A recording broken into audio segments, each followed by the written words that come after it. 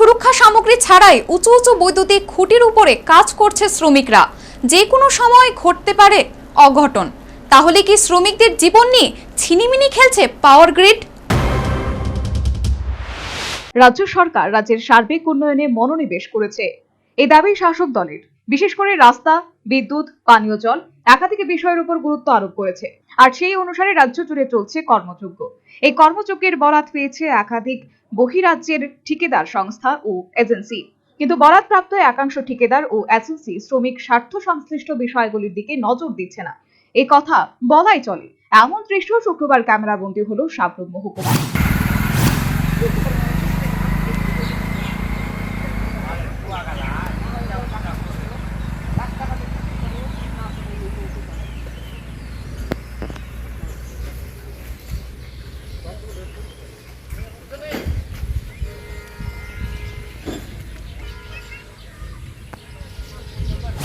সাবরুম মহকুমার জলেপা থেকে সোনাই বাজার যাওয়ার রাস্তায় নতুন বিদ্যুতের লাইন তৈরির কাজ চলছে। দেখা গেল সেই বিদ্যুতের লাইন কাজ করার জন্য কোন রকম সুরক্ষা সামগ্রী ছাড়াই শ্রমিক খুঁটির উপরে উঠে কাজ করছে। ছবিতে স্পষ্ট ধরা পড়েছে শ্রমিকরা উঁচু উঁচু বিদ্যুতের খুঁটিতে কোন রকম বেল্ট ও হেলমেট এবং কোন রকমের সুরক্ষা সামগ্রী ছাড়া কাজ করে চলেছে। পাওয়ার গ্রিড নামক একটি কোম্পানি শ্রমিকদের দিয়ে কোন রকমের সুরক্ষা সামগ্রী ছাড়াই এইভাবেই কাজ করাচ্ছে। এতে তো যে কোনো সময় খুঁটির উপর থেকে পড়ে বড়সড় দুর্ঘটনা ঘটে যেতে পারে শ্রমিকদের সঙ্গে কথা বলার পর বেরিয়ে আসলো আসল রহস্য, অর্থাৎ যতজন শ্রমিক রয়েছে বা কাজ করছে সেই পরিমাণ সুরক্ষা সামগ্রী নেই, যার ফলে তারা কোন রকমের সুরক্ষা সামগ্রী ছাড়াই কাজ করতে হচ্ছে।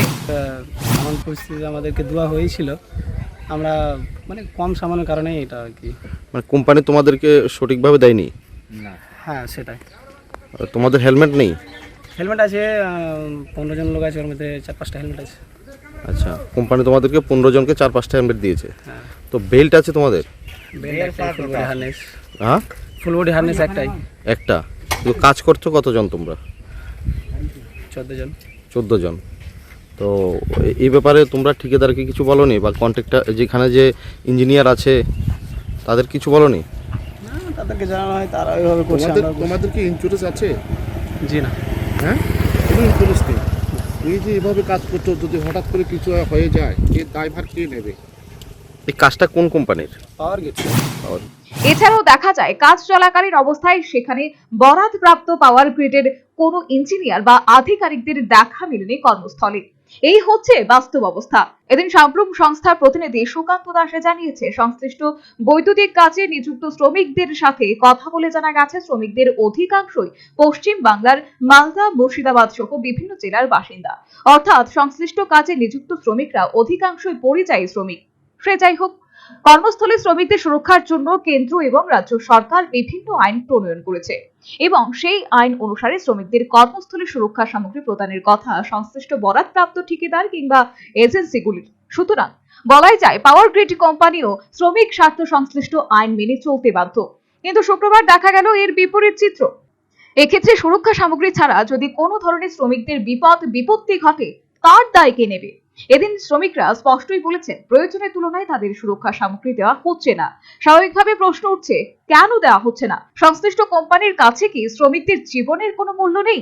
অপরদিকে সংশ্লিষ্ট পাওয়ার গ্রিড কোম্পানি সরকারি আইনকে বুড়ো আঙুল দেখাচ্ছে বইকি। এই যদি অবস্থা হয়, তাহলে স্বাভাবিকভাবে প্রশ্ন উঠছে, সাবরুম মহকুমার দায়িত্বপ্রাপ্ত লেবার ইন্সপেক্টর কি সংশ্লিষ্ট বিষয়ে আদৌ অবগত আছেন?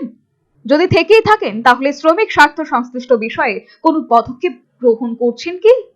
আর যদি অবগতই না থাকেন, তাহলে তিনি কি নাকে তেল দিয়ে ঘুমোচ্ছেন?